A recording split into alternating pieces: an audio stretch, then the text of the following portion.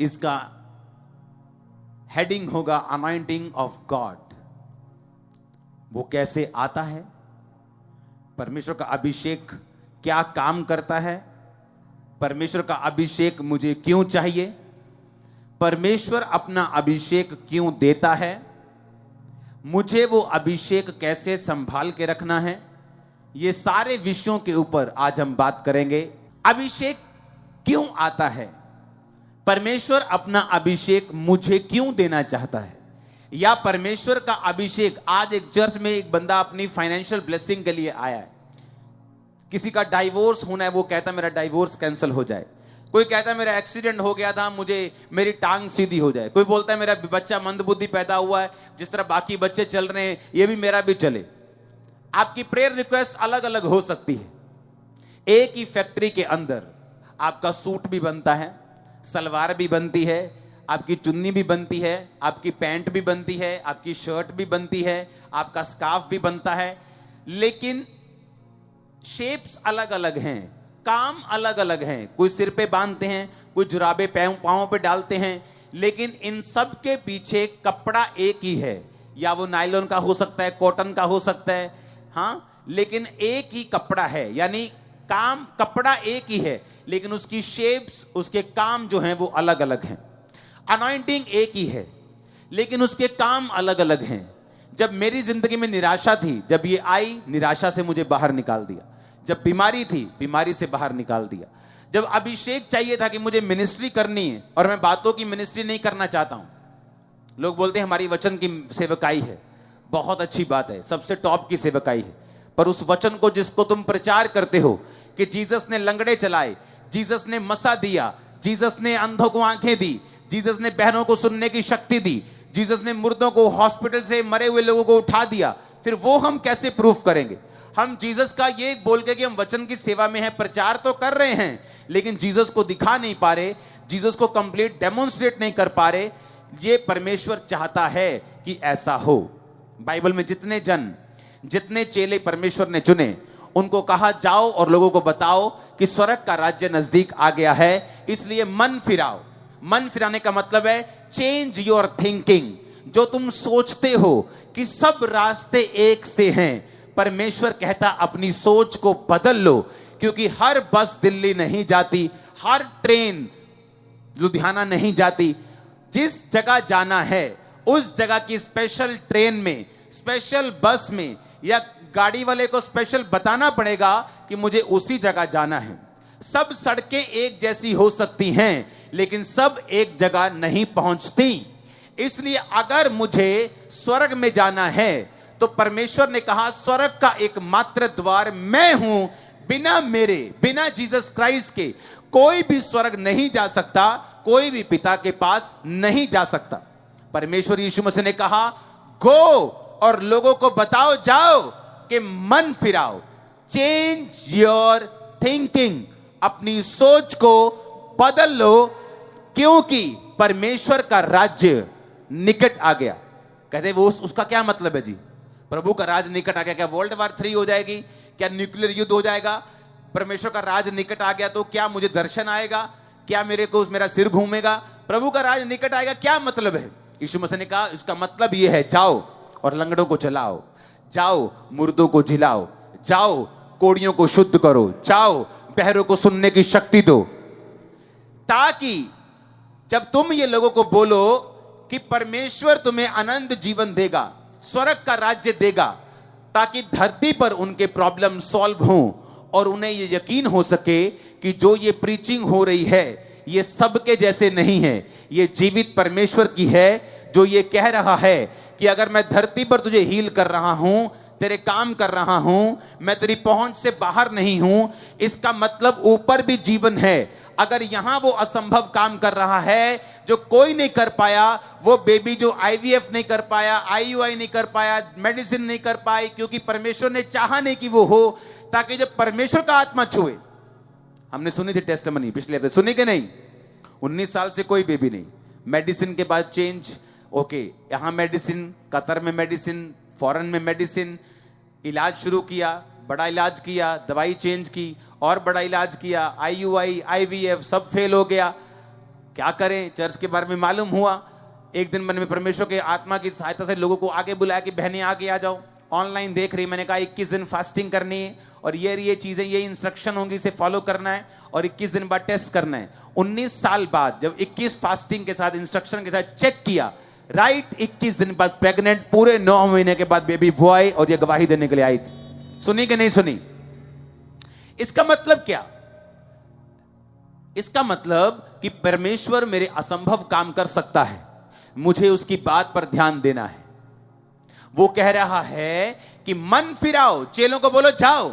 जब उसने चेले भेजे तो उसने ये नहीं कहा कि लोगों से बातें करना, उसने कहा पहले लोगों को बताना, प्रीच करना, लेकिन साथ साथ में उनकी बीमारों को चंगा करना, साथ साथ में उनके लंगड़ों को चंगा करना, साथ साथ में उनके दुखों को दूर करना, ताकि उन्हें यकीन हो सके। क्योंकि बातें हम बहुत सुनते हैं, और बातें जितनी मर्जी सुन लो, बहुत अच्छी अच्छी सुन लो, लेकिन उसका कोई फर्क नहीं पड़ता। उन सब चीजों का कोई फर्क नहीं, सब अच्छी अच्छी बातें करते हैं, लेकिन धरती पर काम कोई नहीं करता। अब हमें यह बात समझनी है कि जीसस क्राइस्ट ने जब अपने चेलों को भेजा कि मेरा प्रचार करो, तो उसने कहा मैं तुम्हें साइंस एंड वंडर्स के साथ भेजूंगा, जो इस चर्च का नाम है the church of science and wonders, कि मैं तुम्हें चिन्ह और चमत्कारों के साथ भेजूंगा और लोग यकीन करेंगे कि मैं परमेश्वर हूं। यीशु मसीह ने अपने मुंह से कहा कि जब तक तुम चिन्ह और चमत्कार नहीं देख लोगे, कदापि विश्वास नहीं करोगे। हालेलुया। तो वचन की सेवकाई प्रथम स्थान पे होनी चाहिए, लेकिन हीलिंग और डिलीवरेंस भी उसके साथ फॉलो करनी चाहिए। तब आपकी सेवकाई कंप्लीट है, आपकी चर्च कंप्लीट है। अब आपको यह बात मालूम होगी कि अगर यीशु मसीह ने अपने चेलों को भेजा, तो उसने सिर्फ बातों के साथ नहीं भेजा, उसने पावर के साथ भेजा, उसने अनॉइंटिंग के साथ भेजा। ओ, अब मुझे मालूम हुआ कि अगर मेरी लाइफ में अनॉइंटिंग नहीं है, तो मैं परमेश्वर का काम कंप्लीट नहीं कर सकता। अब एक बंदा जो बिजनेसमैन है, क्या करता है? मसा अनॉइंटिंग आपकी लाइफ में क्या करती है? भजन संहिता 23 उसकी 5 आयत को पढ़ेंगे। आपने ये सुना कि आपको क्यों चाहिए? यीशु मसीह ने बिना मसा के किसी को नहीं भेजा। क्यों ऐसा? हम पढ़ेंगे। भजन संहिता 23 उसकी 5 आयत। तू मेरे सताने वालों के सामने मेरे लिए मेज बिछाता है, तूने मेरे सिर पर तेल मला है, मेरा कटोरा उमड़ रहा है। जब भी तेल की बात होती है, मसे की बात होती है। सब उपदेशक में प्रभु कहता है कि तेरे सिर पर तेल की घटी ना हो और तेरे वस्त्र उजले रहें। पुराने टाइम में जब भेड़ बकरे को चराने के लिए जाते थे, तो भेड़ों के ऊपर एक तेल लेकर उनकी स्किन के ऊपर वो तेल लगाते थे, ताकि जो इंसेक्ट्स हैं, जो मच्छर हैं, जो मक्खियां हैं, जो काटने वाले जीव जंतु हैं, जो खटमल हैं, उनको ना लड़ें और वो बीमार ना हों। क्योंकि जब उनके शरीर पर तेल नहीं होता था, जब मौसम आता था मच्छरों का, खटमल का, तो भेड़ें बीमार हो जाती थी, दुर्बल हो जाती थी और मर जाती थी। और जो चरवाहे थे वो भेड़ों के ऊपर तेल लगाते थे, ताकि जो भेड़ें हैं वो स्वस्थ रहें। जिन विश्वासियों के ऊपर तेल नहीं है, जिन विश्वासियों के ऊपर मसा नहीं है, जिन विश्वासियों के ऊपर अभिषेक नहीं है, आप हमेशा नोटिस करना उनके परिवारों में, उनकी जिंदगियों में हमेशा किसी ना किसी शैतान के अटैक के नीचे वो रहते हैं। या उनका परिवार, परिवार नहीं तो शरीर, शरीर नहीं तो फाइनेंस, फाइनेंस नहीं तो बच्चे, बच्चे नहीं तो कुछ ना कुछ प्रॉब्लम, मेजर प्रॉब्लम उनको रहती है। क्योंकि बाइबल कहती है जहां पर तेल की कमी होगी, अगर आपके रसोई में जो आप रसोई का बर्नल होता है, जब वो गर्म होता है, जल रहा होता है, कोई मक्खी उस पर आके नहीं बैठ सकती। लेकिन जब वो ठंडा हो जाता है तो मक्खियां उस पर आकर बैठ सकती है और उसको गंदा कर सकती हैं। अगर आपकी स्पिरिचुअल लाइफ गर्म है, अगर आपकी आत्मिक जिंदगी गर्म है, आपकी लाइफ में मसा है, तो शैतान आपकी लाइफ के ऊपर काम नहीं कर पाता। वो दूर से आपको तंग करने की कोशिश कर सकता है, अटैक करने की कोशिश कर सकता है, लेकिन आपकी लाइफ में बैठकर मन बनाकर बैठकर वो काम नहीं कर पाता, क्योंकि गर्म जगह के ऊपर शैतान कभी भी बैठ नहीं सकता। आमीन। अब यहां पे परमेश्वर का वचन कहता है कि तूने मेरे सिर पर तेल मला है। ये दाऊद कह रहा है। तेल का मतलब है मसा। दाऊद को 3 बार मसा किया गया। पहली बार जब वो 16 15-16 साल का था। शमूएल नबी आया, उसके बड़े भाई को बोला, उसके जब बाप को बोला कि तेरे एक बेटे को मसा करना है, उसने कहा ठीक है। बड़ा बेटा आया, रिजेक्ट। बड़ा छोटा आया, रिजेक्ट। सातों आए, रिजेक्ट। प्रभु कहता मैंने नहीं चुना, मैं इनको परख कर खोटा पाया, ये मेरे सामने पापी हैं, कोई व्यभिचार में है, कोई चोरी करता है, कोई लड़ाई करता है। परमेश्वर ने कहा मैं इनको अच्छा नहीं समझता हूं। दाऊद आया, परमेश्वर ने कहा यही है। बाइबल कहती है जब दाऊद पे पहला अभिषेक आया, उसके सिर पर जब शमूएल ने तेल डाला तो पहला मसा उसके जीवन में आया। आपकी लाइफ में पहला मसा आता है जब आप विश्वासी बन जाते हैं। वो पहला मसा किस लिए होता है? आपको मसा करता है पाप को मना करने के लिए। आप पाप को मना करते हैं, नहीं मुझे ये नहीं करना, अब मुझे ब्लू फिल्म नहीं देखनी, अब मुझे गंदे काम नहीं करने, अब मुझे शराब नहीं पीनी। क्योंकि जो मसा आपके ऊपर आया है, आप नहीं चाहते कि वो मसा करप्ट हो जाए, वो मसा गंदा हो जाए। मसे को ओरिजिनल भाषा में क्या कहते हैं फोटो में देखेंगे। मसा शब्द को, इसका मतलब है मसा शब्द का करिश्मा। बोलो करिश्मा, फिर से बोलो करिश्मा। आपको बात मालूम करिश्मा का मतलब क्या? करिश्मा का मतलब है एक स्पेशल इंडाउमेंट, एक अनॉइंटिंग, एक अंक्शन, एक ऐसी सामर्थ्य जो चमत्कार कर सके। और यह शब्द निकला है क्रियो से। इसके अगला शब्द पढ़ेंगे, क्रियो। इसका मतलब है टू स्मीयर और रब विद ऑयल। मसे का मतलब है तेल के साथ आपको रगड़ देना, यानी किसी की बॉडी पर तेल रगड़ना। अगर आपकी बॉडी, एक बच्चे के ऊपर हम तेल रगड़ दें, उसकी बॉडी के ऊपर, हम बोलते हैं मालिश करेंगे तो उसकी बॉडी स्ट्रांग रहेगी। अगर वो तेल से जो लिपटी बॉडी है, अगर वो मिट्टी में चला जाए, वो तेल खराब हो जाएगा कि नहीं हो जाएगा? बोलो हां कि ना, होगा कि नहीं होगा? अनॉइंटिंग, परमेश्वर कहता है टू रब विद ऑयल। ये रब विद, ये इस तरह काम करती है जिस तरह आपने अपने शरीर पर एक तेल मला, एक क्रीम मली। फिर आप, अगर आपने, बहनें जानती हैं, अगर वो फाउंडेशन लगा रही हैं या क्रीम लगा रही हैं, फिर वो मिट्टी से बचती हैं। बचती कि नहीं बचती? फिर आप लेबर करने तो नहीं जाती, क्योंकि आपने चेहरे पे वो क्रीम लगाई। परमेश्वर कहता है वो रब विद ऑयल। तेल, मसे का मतलब है एक व्यक्ति को ऑयल से रगड़ना। अगर आप परफ्यूम की दुकान पे काम करें तो आप चाहे सारा दिन परफ्यूम वहां पे ना लगाए, आप लोगों को दिखा रहे, बहन जी यहां देखो जी, पाजी यहां देखो जी, लेकिन जब आप शाम को परफ्यूम की दुकान से निकलेंगे, आप खुद भी परफ्यूम से आपकी स्मेल आ रही होगी आपकी बॉडी से।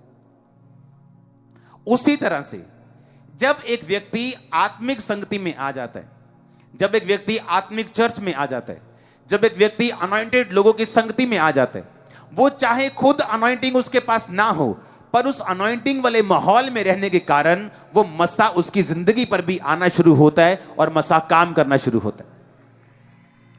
अब चाहे वो बंदा परफ्यूम की दुकान में काम करने वाला परफ्यूम ना लगाए सारा दिन, पर उसने इतनी बार परफ्यूम लोगों पे लगाया है कि वो उसकी बॉडी पर भी आ चुका है, उसके स्वेटर पे, उसकी पैंट पे भी आ चुका है, उसकी स्किन पे भी लग चुका है। और जब वो बाहर निकलेगा उसकी बॉडी से स्मेल आ रही होगी और लोग पूछेंगे कौन सा परफ्यूम लगाया, बोलेगा नहीं लगाया। उसी तरह से परमेश्वर कहता है जो लोग आत्मिक लोगों की संगति में रहेंगे, बाइबल कहती है जब शाऊल को मसा किया गया शमूएल के द्वारा, दाऊद से पहले, और शाऊल ने कहा रास्ते में जाएगा तो तुझे नबियों का दल मिलेगा। और बाइबल कहती है जब वो गया तो उसे एक दल मिला, और जैसे ही वो उस दल में घुसा, उस संगति में घुसा, वो भी नबूवत करने लगा। तो क्या कहावत चली, क्या शाऊल भी नबियों का है? ये कहावत इसलिए चली क्योंकि शाऊल जो था वो परमेश्वर का जन उस तरह से नहीं चुना गया था, वो मेरी तरह नहीं चुना, वो राजा होने के लिए चुना गया था, उसकी कॉलिंग अलग थी। पर बाइबल कहती उस संगति में रहने के कारण वो भी वही कर पाया जो सामर्थी लोग कर रहे थे। आप आने वाले समय में देखोगे जो मसा आप ग्रहण कर रहे हो, आपके परिवार में, आपके आसपास लोग जब बीमार होंगे, आप ले हैंड करोगे वो लोग चंगे हो जाएंगे। मैं सच कह रहा हूं, क्योंकि जैसे जैसे आप रोज, हर Thursday, Sunday, online prayer mountain पे आप उस फायर को ग्रहण करते जा रहे हो, आपको नहीं मालूम, जो परफ्यूम की दुकान पे काम करता है उसे नहीं मालूम मेरी बॉडी से परफ्यूम की स्मेल आ रही, उसे वो नॉर्मल काम है, वो करता जा रहा है, लेकिन जैसे वो बाहर निकलता है लोग उसे नोटिस करते हैं कि इससे बहुत अच्छी स्मेल आ रही है। आप जैसे जाएंगे बाहर, आपके वर्क प्लेस पे, आपकी जॉब पे, आपके कैरियर पे, आपके काम पे, आपके बिजनेस पे, आप जो भी काम करते हो उस काम पे लोग नोटिस करेंगे कि आपकी लाइफ के ऊपर परमेश्वर का अभिषेक है, आपकी लाइफ के ऊपर परमेश्वर का मसा है, आपकी लाइफ के ऊपर परमेश्वर की अनॉइंटिंग है, उसकी शक्ति आपके ऊपर, अब वो नोटिस करेंगे। हालेलुया। अब मुझे क्या समझना है? परमेश्वर कहता मैंने तेरे सिर पे तेल मला है और मेरा कटोरा कहता उमड़ रहा है। जब एक व्यक्ति की लाइफ के ऊपर तेल आता है, बाइबल कहती है उसका कटोरा, कटोरे का मतलब है आपकी लाइफ की ब्लेसिंग। कटोरे का मतलब है मेरा कटोरा। मेरा कटोरा क्या है? मेरा कटोरा ये चर्च है, ये मिनिस्ट्री है, मेरी लाइफ है, मेरी फैमिली है, मेरी ब्लेसिंग्स हैं, ये मेरा कटोरा है। दाऊद कहता मेरा कटोरा उमड़ रहा है, यानी जो कुछ भी मेरे पास है, मेरी चर्च ओवरफ्लो है, मेरा फाइनेंस ब्लेस हो रहा है। आप मेरी बात समझ रहे कि नहीं? आपकी जॉब है, आप फेवर पा रहे हैं। लोग बोलते हैं कि मैंने प्रेयर माउंटेन पे प्रेयर रिक्वेस्ट भेजी थी, मेरे जितने जनों ने भेजी इटली के वीजा के लिए, किसी का वीजा नहीं आया, सिर्फ मेरा वीजा आया है और मेरी प्रेयर रिक्वेस्ट सिर्फ वहां पड़ी है। क्या मतलब हुआ इसका? इसका मतलब कहता तूने मेरे सिर पे तेल मला है, मेरा कटोरा कि मेरे साथियों का, कि मेरे रिश्तेदारों का, मेरा कटोरा क्या है? उमड़ रहा है। इसका मतलब जब तेल आएगा कटोरा उमड़ेगा। जब अभिषेक एक बिजनेसमैन पे आता है, रियल अभिषेक, परमेश्वर उसकी हदों को बढ़ाता है। जब एक हाउसवाइफ के ऊपर आता है, वो अपने घर को ऐसे मैनेज करती है जैसे वो परफेक्ट औरत हो। जब अनॉइंटिंग आपकी लाइफ के ऊपर आती है, वो क्या करती मैं आपको बताता हूं, क्योंकि आज एक बैठा बिजनेसमैन सोच सकता है कि मुझे इस अभिषेक की क्या जरूरत है, मुझे ये अभिषेक क्यों चाहिए। तो हम पढ़ेंगे पहला यूहन्ना 2 उसकी 20 आयत को। परंतु तुम्हारा तो उस पवित्र से अभिषेक हुआ है और तुम सब कुछ जानते हो। उसकी 27 आयत को आप पढ़ेंगे। परंतु तुम्हारा वह अभिषेक जो उसकी ओर से किया गया तुम में बना रहता है और तुम्हें इसका प्रयोजन नहीं कि कोई तुम्हें सिखाए, वरन जैसा वह अभिषेक जो उसकी ओर से किया गया है तुम्हें सब बातें सिखाता है, और यह सच्चा है और झूठा नहीं। परमेश्वर कहता है तुम्हारा जो अभिषेक किया गया वो उसकी ओर से किया गया। किसकी ओर से? पवित्र आत्मा की ओर से, परमेश्वर की ओर से। कहता और वो तुम में बना रहता है और इसका प्रयोजन नहीं कि कोई तुम्हें सिखाए। आप अपने बिजनेस में होंगे और मैं आपको दावा करता हूं, अगर आप जेन्युइनली अनॉइंटेड हैं, आप बड़ी बड़ी बिजनेस मीटिंग में वो सिखा पाएंगे जो आप सिखा पाएंगे, जो जॉब पर लोगों को आप सिखा पाएंगे, जो विजडम आपके पास होगी। क्यों? कहता वो अभिषेक जो तुम्हारा किया गया तुम्हें सब बातें सिखाता है। आप घर पे परेशान बैठी होंगी कि हाय मुझे कैसे चलना है, मैं बच्चों को क्या करूं, ये तंग करते हैं, मैं फाइनेंस को कैसे संभालूं, मैं तंगी को कैसे फेस करूं। लेकिन जैसे आप चर्च आती, अभिषेक ग्रहण करती, ये आपकी अगुवाई करना शुरू करते। धीरे धीरे धीरे धीरे ये आपसे बात करता है, ये आपको सिखाता है, आपको मालूम होता है अच्छा अभिषेक बात करता है आपसे। हालेलुया। फिर से पढ़ेंगे 27। परंतु तुम्हारा वह अभिषेक जो उसकी ओर से किया गया तुम में बना रहता है और तुम कोई इसका प्रयोजन नहीं, कहता है इसकी जरूरत नहीं कि कोई तुम्हें सिखाए, वरन वह अभिषेक जो उसकी ओर से किया गया है तुम्हें सब बातें सिखाता है। इसका मतलब क्या? इसका मतलब चाहे मैं बिजनेसमैन हूं, चाहे मैं पास्टर हूं, चाहे मैं एक प्रॉफिट हूं, चाहे मैं अपोस्टल हूं, चाहे मैं एक रेडी लगाता हूं, चाहे मैं जहाज चलाता हूं, परमेश्वर कहता जो अभिषेक तुम्हारा किया गया है वो तुम्हें सब बातें सिखाएगा। तुम्हारे कैरियर में क्या करना है सिखाएगा, तुमने अपने फाइनेंस में क्या करना है, अपनी लाइफ में क्या करना है, इमोशनल डिस्टर्बेंस से बाहर आने के लिए क्या करना है, पाप में हो तो बाहर आने के लिए पवित्र आत्मा आपकी अगुवाई करता है, आपको निरुत्तर करता है, आपको वो चोट करता है कि आप बाहर आए। अभिषेक जब आपका होता है वो आपको सिखाता है। आप छोटे लेवल पे हो, बड़े पे हो, अभिषेक आपको सिखाना नहीं छोड़ता। और बाइबल कहती है जो तुम्हारा अभिषेक किया गया है वो तुम्हें सब बातें सिखाता है। आमीन। हमें किसी ने कुछ नहीं सिखाया कि क्या करना है। जो मिनिस्ट्री हम कर रहे हैं जब मैं टेंट की मिनिस्ट्री स्टार्ट की, किसी ने कोई टेंट में चर्च नहीं लगाता था। मैं पहाड़ की तरफ घूमने गया, बोलते हैं वो भी कोई चर्च है, उससे टेंट लगता। मतलब टेंट वाले को चर्च नहीं समझते थे। आज हर बंदा टेंट चर्च लगाना चाहता है। मैंने कहा था परमेश्वर का आत्मा युक्ति का आत्मा है, वो आपको युक्ति देता है। आप जूम पे आप हीलिंग होते हुए देख रहे हो, युक्ति का आत्मा। प्रेयर माउंटेन में देख रहे हो क्या मार्वलस काम हो रहे हैं, युक्ति का आत्मा।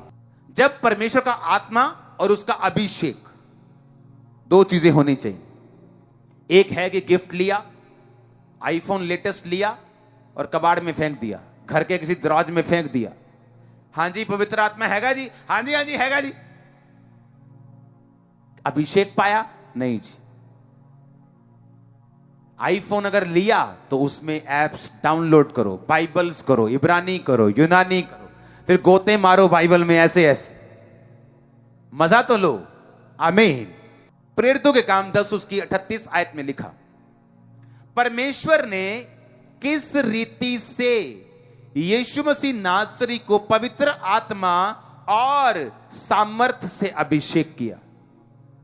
वह भलाई करता, सबको जो शैतान के सताए हुए थे अच्छा करता फिरा, क्योंकि परमेश्वर उसके साथ था।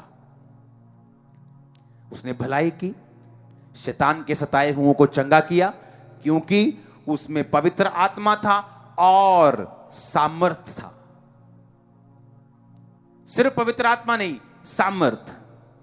कि एक है कि घर में समर्सिबल लगा हुआ है, पर अभी भी बाल्टी भर के बाहर 2 किलोमीटर निकल के नलका गेड़ के जब तक बाजू थके ना, मजा ही नहीं आता पानी पी के। आदत पड़ी हुई तो क्या करें, घर में समर्सिबल लगा, क्या करेगा, बटन चलाना है, पानी नीचे से आ जाना है फ्रेश। लेकिन हमें आदत है संघर्ष करने कि चर्च में जा रहे हैं, पवित्र आत्मा पाया लेकिन अभिषेक में नहीं बढ़े।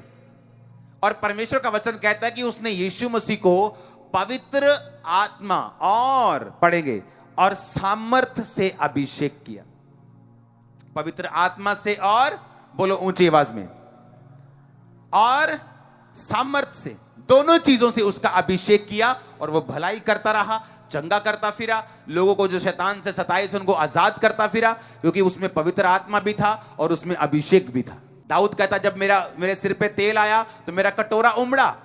मैं जिस मर्जी फील्ड में हूं, क्योंकि मेरा कटोरा अलग है, हाउस वाइफ का कटोरा अलग है, एक यूथ का कटोरा अलग है, आपकी बुलाहट अलग है। आपकी बिजनेस की बुलाहट है, किसी की पास्टर की है, किसी की हाउस वाइफ की है, किसी की जॉब की है, किसी के काम की है, किसी की सेवा की है, किसी की असिस्टेंट बनने की। हर बंदे की बुलाहट अलग है।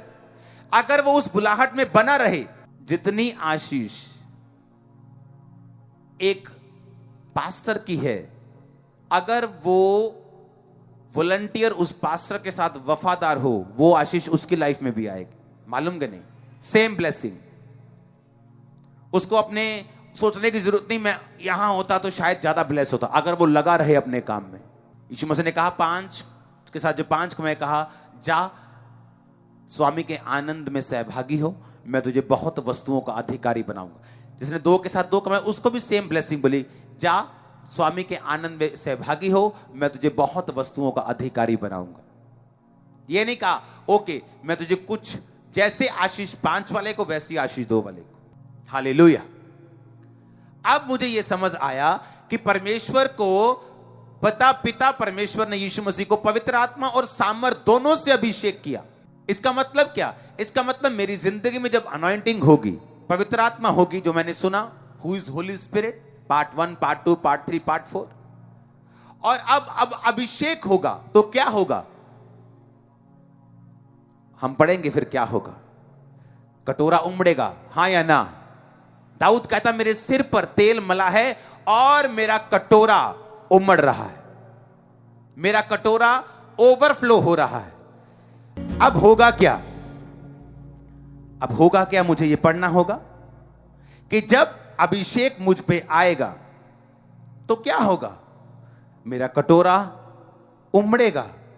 यशायाह 10 उसकी 27 आयत, उस समय ऐसा होगा कि उनका बोझ उनके कंधे पर से और उसका जुआ उनकी गर्दन पर से उठा लिया जाएगा, और अभिषेक के कारण जुआ तोड़ दिया जाएगा। एक कोई चीज वस्तु दे मेरे को, कोई भी बाइबल के अलावा। ये ढोलकी लेके आओ, और ढोलकी लेके आओ यार। अब ये जुआ है, ओके। अगर मैं इसके सिर पे रख दूं, और ये बहुत भारी है, पकड़ के रखना सिर के ऊपर, ओके। क्या ये ऐसे घूम सकता है जैसे मैं घूम रहा हूं? वाह क्या मौसम है। नहीं, क्योंकि इसके सिर पे क्या है। जब एक औरत पट्टे लेने जाती है, आप उसको ध्यान से देखना, सिर पे जब पट्टे होते हैं तो वो ऐसे चलती कि नहीं? अगर कोई आवाज मारेगा, अब भैन जी आइयो, हाँ हाँ मैं आनी है, ऐसे ही होता है ना। हाँ और किदा, हाँ बस ठीक है, बंदा उधर खड़ा है, हाँ हाँ आनी है मैं। क्यों? सिर पे क्या है और कंधे पे क्या है? परमेश्वर कहता, फिर से पढ़ेगा ये शायद 10 उसकी 27 आयत को। उसने कहा उस समय ऐसा होगा कि उनका बोझ उनके कंधे पर से और जुआ उनके गर्दन पर से उठा लिया जाएगा, और अभिषेक के कारण वो जुआ तोड़ दिया जाएगा। अब वो जुआ क्या है? मेरा जुआ डिप्रेशन था, दुष्टात्मा थी, बीमारी थी, निराशा थी, हीन भावना थी। ये मेरा जुआ था, और इतना भारी था कि मैं आपको प्रभु की हुजूर में बता रहा हूं कि मेरे को विश्वास नहीं था कि यीशु मसीह सबसे मुझे आजाद कर सकते हैं। मुझे नहीं था, पर मैं प्रभु से प्यार करने लगा था और आगे बढ़ने लगा था। मुझे मालूम था कि एक ना एक दिन काम हो जाएगा, चलते हैं आगे, देखते हैं क्या होता है, पीछे नहीं मुड़ना बस। अब कहता अभिषेक के कारण जो तुम्हारे सिर के ऊपर जुआ है और तुम इधर उधर नहीं देख सकते, कि बोलता आओ घूमने चलते हैं, नहीं जा सकते, तंगी है, मोबाइल टूटा हुआ है, क्या है? तंगी है। आनंदित नहीं रह सकते, क्यों? दुष्ट आत्मा हर वक्त दिमाग से बातें करता रहता है, हर वक्त नेगेटिविटी चलता रहता है, जुआ है। उसने कहा जब अभिषेक तुम पे आएगा, जुआ मैं उठा लूंगा। जब यह बात मेरे को समझ आई थी कि अभिषेक में अगर मैं नहीं बढ़ूंगा तो सब कुछ गड़बड़ है। जब मैं मीटिंग्स में जाता था तो, और सब मीटिंग्स में मैं नहीं जाता था, जैसे शारीरिक व्यभिचार है ऐसे आत्मिक व्यभिचार भी है। जो लोग बहुत सारे पास्टर्स को सुनते हैं वो कभी भी नतीजे पे नहीं पहुंचते। आप इमेजिन करो, बहुत सारे ऐसे अनॉइंटेड पास्टर हैं इस दुनिया में अभी भी, मैं सबको नहीं सुनता हूं।